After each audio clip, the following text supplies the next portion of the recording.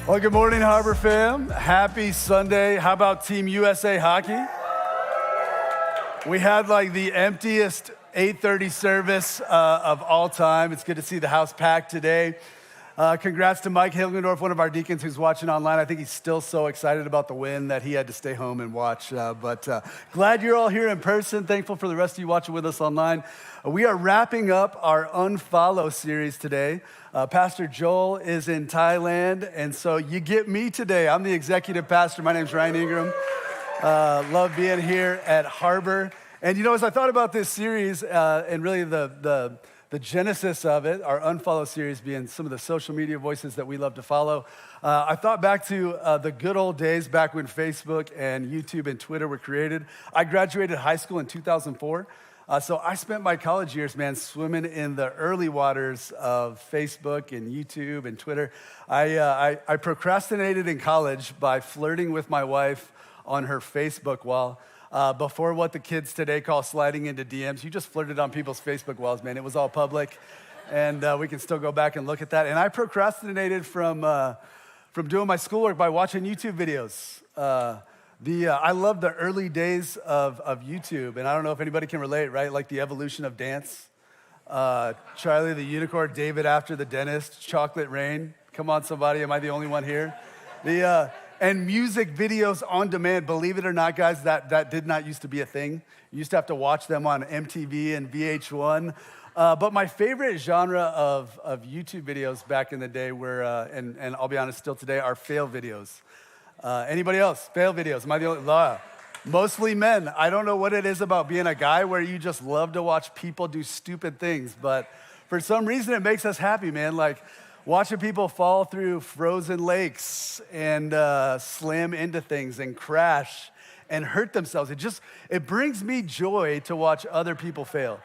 And maybe fail videos aren't your thing. I think as a society, this is pretty common to all of us. Maybe your thing is like the TMZ, right? Famous failed marriages, or maybe you just like to tune in to all the scandals and sticky situations in our society. There's something in us that just loves to laugh at other people's failures. We love to laugh at the failures of others. But there's this interesting contrast to that I think is true of all of us.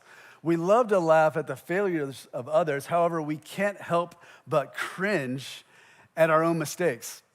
While we love to laugh at other people's failures, we get really shameful and cringe when we screw up, mess up, and fail.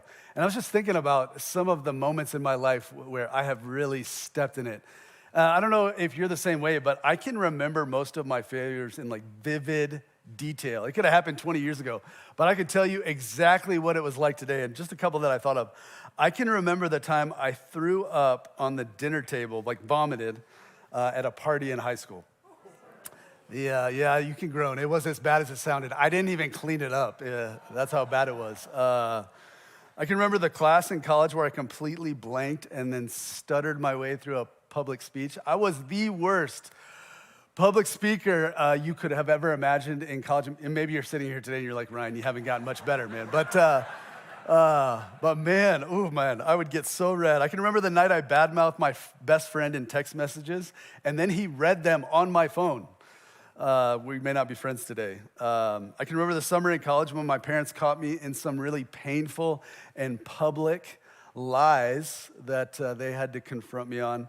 I can remember the day my fiance, now wife, found out about the chewing tobacco habit I'd hidden and lied about.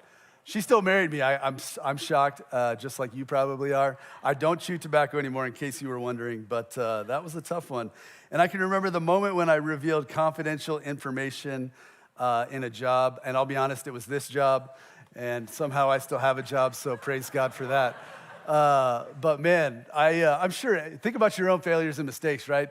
For you, yours probably look a little bit different, but I bet you can remember most of them in painful detail. And I think this dynamic exists where we love to laugh at the failures of others, but we cringe at our own mistakes because we find our self-worth in our success. We find our self-worth in our success. So when someone else fails, it makes me feel better about myself because I didn't do the dumb thing that they did. I may be dumb, but what they did was a little dumber. And we cringe at our own mistakes because our failures mean that we're not worth a whole lot.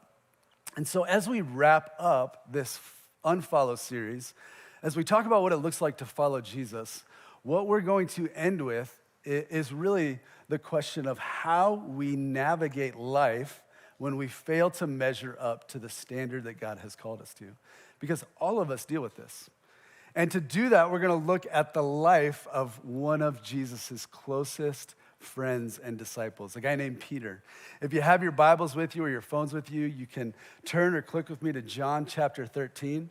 We're going to look at the moment of Peter's greatest failure. And we're going to see how he navigated that. And then we're going to apply that to our own lives. And I love the life of Peter. We're told a lot about Peter. He was really the mouthpiece for the disciples, the spokesperson, if you will. He was bold, he was brash, he was well-spoken. He was always the guy to speak up, always the guy to step in. You can tell that he was very self-confident, that if any of the disciples found their self-worth in their success, it was Peter. He's just like us in that way. And we see that he views himself as really this faithful guy, this star of the show, the golden child, the success story in how he interacts with Jesus in the story that we're about to look at. And in John chapter 13, we find the disciples gathered in a room with Jesus at what we know today as the Last Supper. And so they're having a final meal with Jesus before his eventual arrest and crucifixion and resurrection. And Jesus is meeting with his closest friends, and he's giving his final words. He's describing to them what his expectations are of them and what he's looking for them to do. And when we come into the story, Jesus is just about to wash his disciples' feet. Now, feet in the 21st century are pretty gross, right? I don't want to see anyone's clean feet, let alone dirty feet. Feet are just not cool, man. Gross, nasty. But 2,000 years ago, everyone's feet were like 6-year-old boy feet. So if you have boys, you know what I mean. Right? Sometimes I'm not sure what stinks, my boy's feet or something else. I don't know how it works that way, but boys' feet just stink. And this is the way everyone's feet were like 2,000 years ago. Just the word feet is weird, right? Am I right? Are we on the same page? Just the word feet. But you're walking around in the dust, in sandals, sweating in the heat, and by the end of the day, your feet are so gross that you've got to wash your feet before you eat, or else it stinks so bad, something else is going to happen. Similar to what happened to me in high school, right? And so you'd wash your feet, but it was always the lowest servants that would do it because this was a gross, nasty job. And so before the meal, Jesus wants to show his disciples what life is like in his kingdom, how he lives his life, because Jesus came not to be served. He wasn't the success story who everyone adored and respected and admired and bowed down to. That day will come for us and is here today, but it wasn't what he came to do the first time. He came not to be served, but to serve and to give his life as a ransom for many. And he wanted his disciples to understand that by doing the grossest thing you could imagine. But Peter was having none of it because, right, Peter's self-worth was defined by his success. And if Jesus was successful, there was no way he could let Jesus humble himself and do something so humiliating and embarrassing. So when Jesus takes off his outer garment and he kneels down with a bowl of water to wash his disciples' feet, in John 13, verse 8, we're told that Peter said, "No, you shall never wash my feet." Like, there was no way that Peter could allow Jesus to do something so humiliating and embarrassing. Peter had pride. He was successful. He saw Jesus the same way, and so he couldn't allow him to do this. Jesus responds to him in verse 8, and then the rest of verse 9. He says, Jesus answered, "Unless I wash you, you have no part with me, Peter. I have to cleanse you." "Then, Lord," Simon Peter replied, "not just my feet, but my hands and my head as well." Peter's response will be really important as we get to a later part of the story. But Peter is clueless. He doesn't understand what Jesus is doing. He knows he needs Jesus, but he can't handle Jesus the way that he wants to live. He's out of context He doesn't understand what Jesus is doing here in the moment. And as Jesus continues to unpack what's about to happen, as Jesus tells his disciples that he is going to leave the earth, that he is going to give his life for his people, that he's going to sacrifice himself in the most humiliating, ugly, embarrassing fashion so that we can have life. As he tells the disciples that he is going to leave, to raise from the dead, to ascend into heaven, they're all confused. They thought he was coming to take power. They thought of Jesus as the surprising success story who was going to take the world by storm. They didn't expect the humble servant. And so at the end of chapter 13, as the meal continues, Peter speaks up again and he steps into it. So Simon Peter asked him, "Lord, where are you going?" Jesus replied, "Where I am going, you cannot follow now, but you will follow later." Peter asked, "Lord, why can't I follow you now? I will lay down my life for you." Then Jesus answered, "Will you really lay down your life for me? Very truly, I tell you, before the rooster crows, you will disown me 3 times. Yet again, Peter doesn't get it. Yet again, the guy who is so confident and full of himself completely steps in it. And what starts here in this evening moment culminates 12 hours later in the morning as Peter does exactly what Jesus says he'll do. So Peter, this brash, bold, confident, seemingly faith-filled guy, turns out to be really weak and fearful, and he completely fails. When Jesus is arrested, Peter stands out in the courtyard as Jesus is interrogated around some soldiers, and there's a charcoal fire in the middle.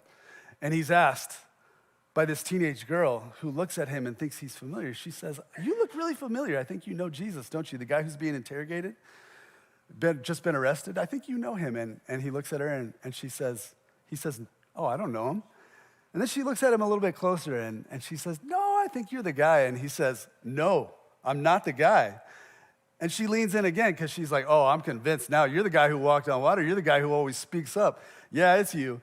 And he looks at her, this teenage girl, he cusses at her and he says, "I don't know the man." And immediately after that, the rooster crows.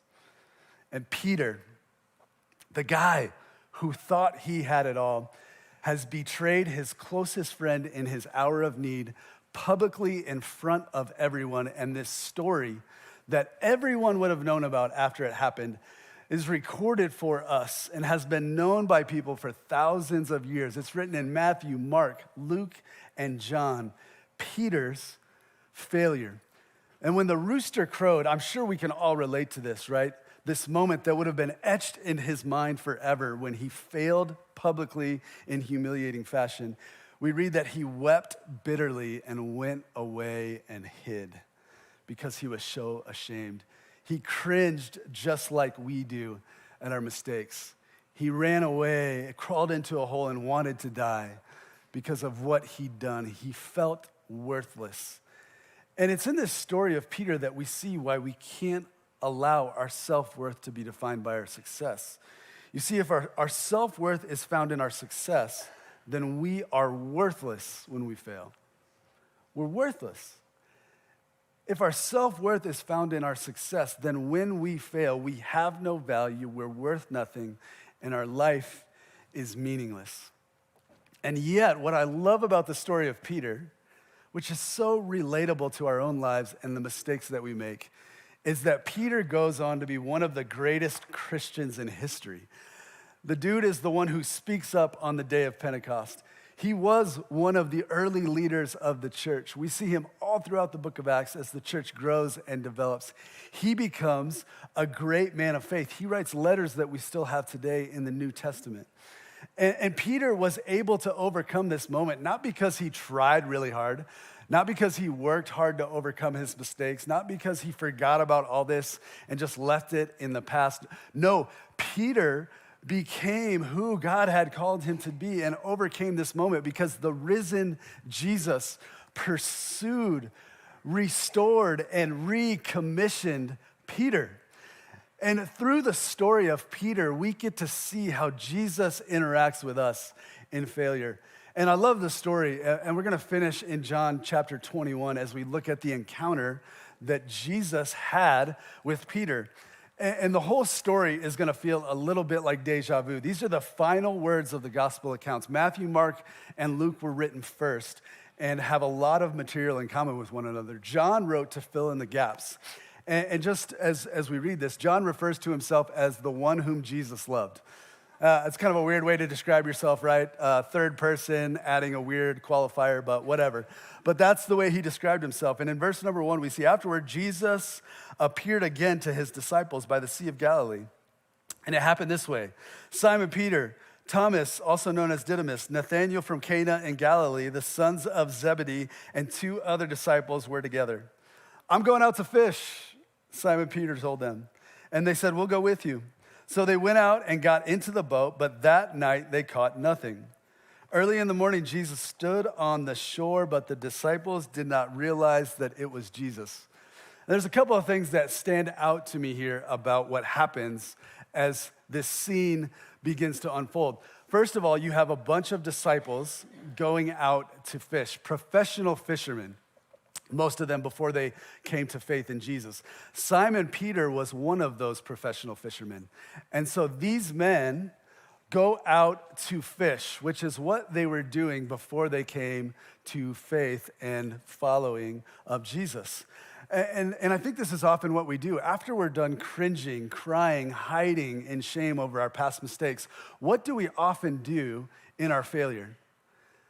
We think that we've sidelined ourselves from the thing that we were doing in the moment, and so we go back to what we were doing originally, right? Maybe it's an addiction that we had. Maybe it's a struggle that we faced. Maybe we think we've disqualified ourselves from serving God in the way that he has called us to, and so we go back to what was before. All of us struggle with this, and these men are no different. What was comfortable to them in light of their failure and betrayal to Jesus was to go back to fishing. But you have 7 professional fishermen, or some of whom are professional fishermen, and they catch nothing. They don't catch a single fish, and they fish all night. Can you imagine? I bet that had never happened to them before in their life. But Jesus is on the shore, and Jesus calls out to these guys, and he says, hey, cast your nets on the right side. And so they do it, and they catch so many fish that the nets start breaking. And we pick up the story again in verse 7, and it says, then the disciple whom Jesus loved, the guy who wrote the story, John, said to Peter, it is the Lord. And as soon as Simon Peter heard him say, it is the Lord, he wrapped his outer garment around him, for he had taken it off, and jumped into the water. And here's where we see some deja vu. Because if it sounds familiar, Jesus calling out to some people to throw their nets on the side of the boat, it's because it's happened before. In Luke chapter 5, when Jesus calls some of the disciples, some of the guys who are here in this boat, he told them to cast their nets on the right side of the boat. And they caught so many fish that their nets started breaking. So that's not unique. It happened before. Then John calls out to Peter and says, it is Jesus. And what does Peter do? He puts on his outer garment. What had Jesus done back in John chapter 13? Jesus took his outer garment off to serve the disciples and wash their feet. Peter puts his garment back on. In John chapter 13, when Jesus was washing the disciples' feet and Peter was having none of it, Peter finally gives in and says, hey, don't just wash my feet, wash my head and my hands, right? Wash the whole thing, Jesus. If that's what it takes for me to be a part of you, what does Peter have to do to get to shore? He's washed completely, head, hands, feet. The story is sort of recreating what had happened before. Everything in this chapter is deja vu, and it doesn't stop there, because as we continue, it says, the other disciples followed in the boat, towing the net full of fish, for they were not far from shore, about 100 yards. When they landed, they saw a fire of burning coals there with fish on it and some bread. There's more here. It was early morning when Peter betrayed Jesus, surrounded by a charcoal fire and a bunch of soldiers and a teenage girl. It's now early morning after they've been fishing all night. They're having a meal just like they were at the Last Supper. There's a charcoal fire in the middle, just like there was when Peter betrayed Jesus. It's as if Jesus is setting a scene in recreating the moment of Peter's greatest failure. And why? Can you imagine what it's like to be Peter in this moment?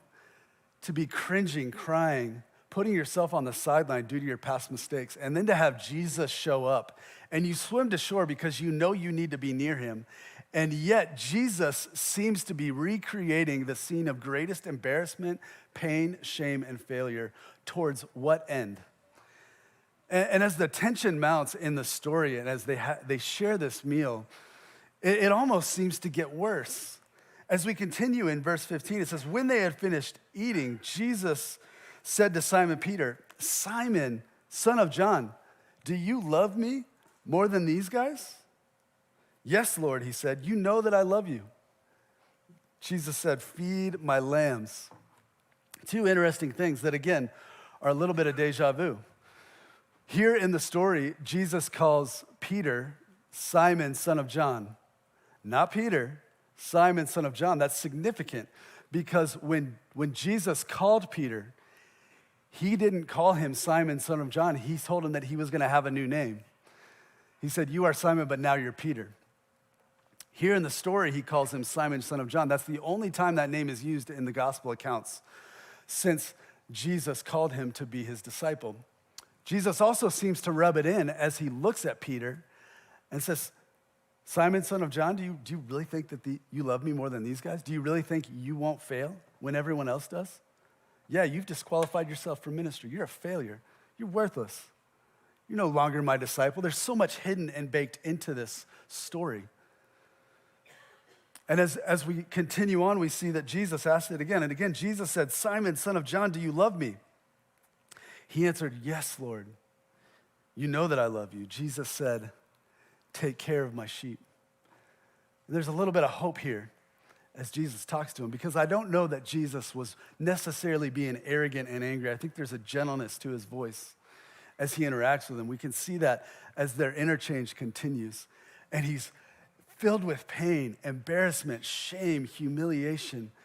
And what's the cherry on top of that, even as Jesus so gently calls him toward himself, is the third time that he asks him, because Peter betrayed Jesus 3 times.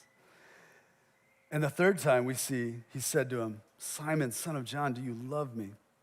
And Peter was hurt, grieved, broken, because Jesus asked him the third time, do you love me? And he said finally, broken, Lord, you know all things. You know that I love you. And Jesus said, feed my sheep. I love the interplay and interaction here. I love the culmination of this moment as Jesus painfully brings Peter through the moment that had bound him up, that he'd been reliving in his mind over and over and over again. The same things that you and I do, where we cringe over our past mistakes, where we can't forget our failures, the worst things that we have ever done. And we see Jesus do this, not to grind him into the dirt, not to make him feel bad about himself, but so that he can free him from the pain and paralysis of his past, so that he can renew the call on his life and recommission him for what he has called him to. And you see, what he does here as well is he reminds Peter, as he renews the call in his life, that his worth isn't found in his success or his failure. His worth, his love is found in the way that Jesus has pursued and restored him. And this is so true for all of us.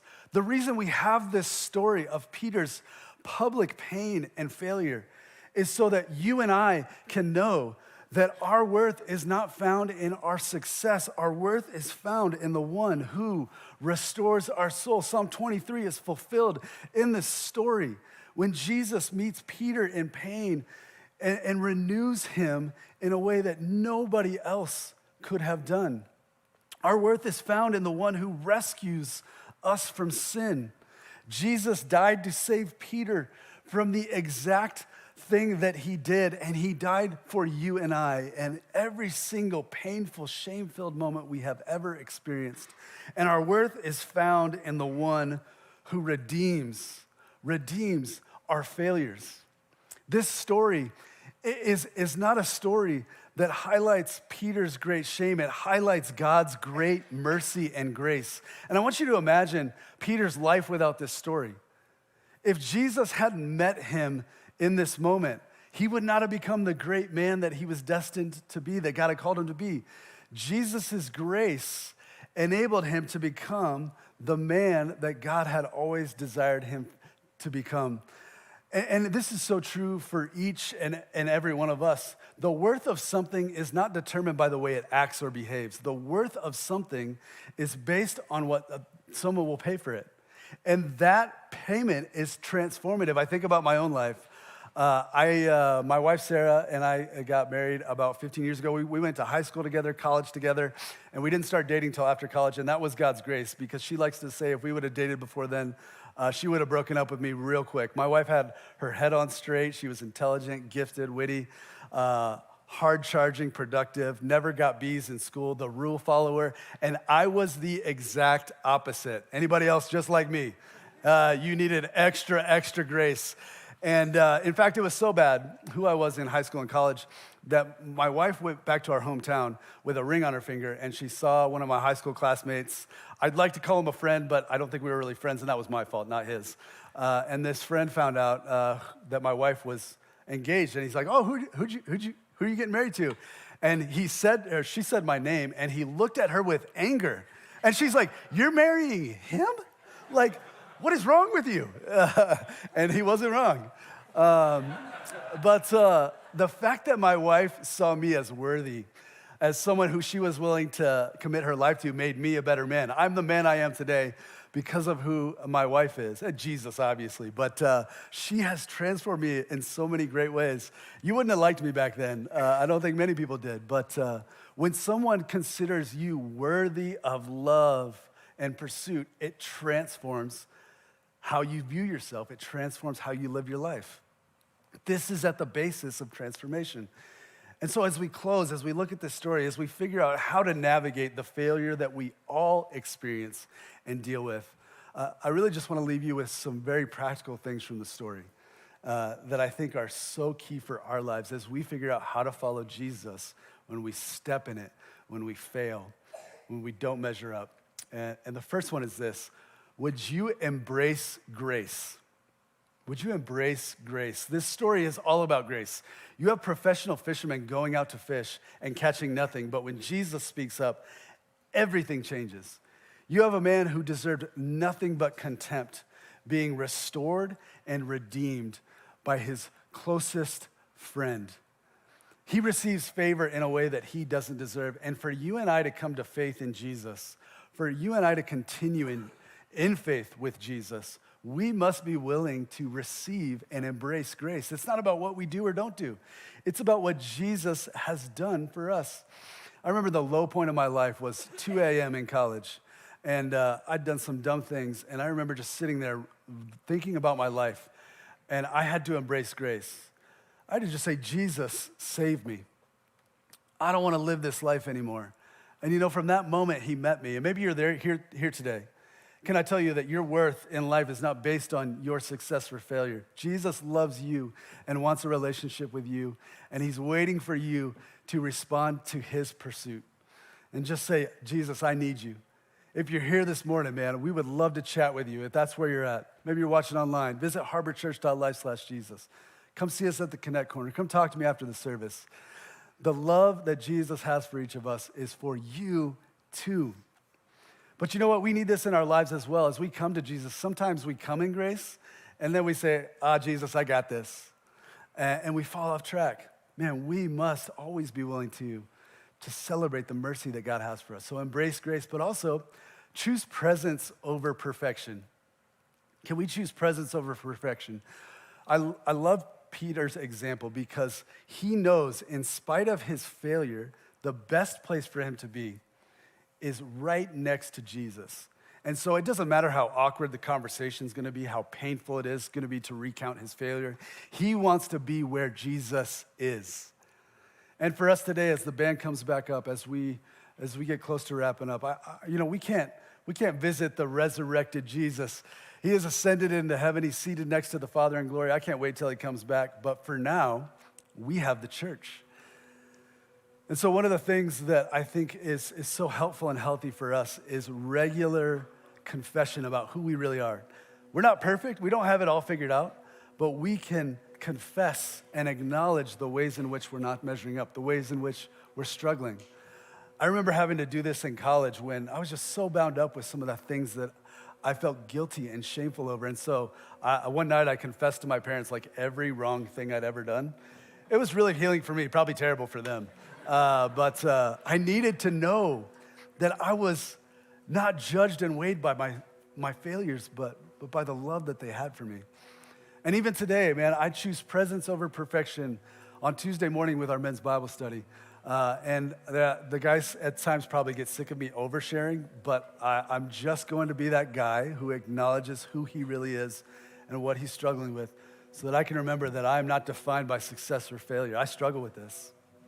And lastly, embrace grace, choose perfection, and get in the game.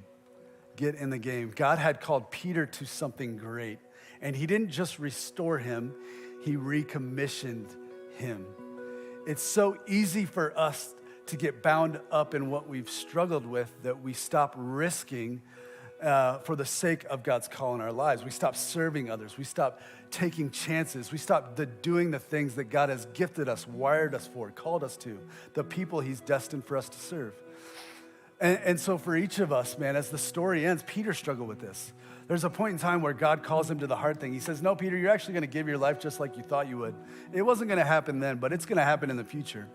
We know that Peter would eventually be crucified just like Jesus was crucified on a cross for the sake of Jesus' name. And Peter has a hard time with that. And so he starts comparing himself to the guys around him. And he says, well, what about those guys? Right? In verse 21, when Peter saw him, the disciple whom Jesus loved, he asked, Lord, what about that guy? What about him? Then Jesus answered, if I want him to remain alive until I return, what is that to you? And here's where we end the series with, you must follow me. Following Jesus requires obedience, presence, the embracing of grace. It requires us to step into the plans that God has called us to. And when our self-worth isn't defined by our success or failure, it's so freeing. We can go and do the thing. We can go and serve people. We can step onto that team or into that group. We can take that job or take that step of faith. And if it doesn't work out, who cares? Jesus doesn't view us any differently. We can follow him and trust that he is with us. And we get to sing about the need that we have for Jesus as we close. I'd love to invite you to stand with me as we close with a song of worship. I'm going to pray over us and this time that we get to spend in the Lord's presence, as we remind ourselves that what we need is not to justify our own worth and existence, but to remember that the God who loves us and saves us is here with us, and his love never fails and never goes away, and we can rely on it forever. So, Father, we love you and we thank you for today. We thank you for your word. We thank you for the example of Peter. Lord, he shows us, Lord, just like we are, the excruciating pain of our mistakes, our sin, our failure. But Lord, in that story, we also see your grace. And so remind us of that in this moment. Help us to bring our full self to you, Jesus, to embrace your favor, your mercy, your kindness, your grace, to receive your love as we worship you in this moment. And we give you this time in Jesus' name. Amen.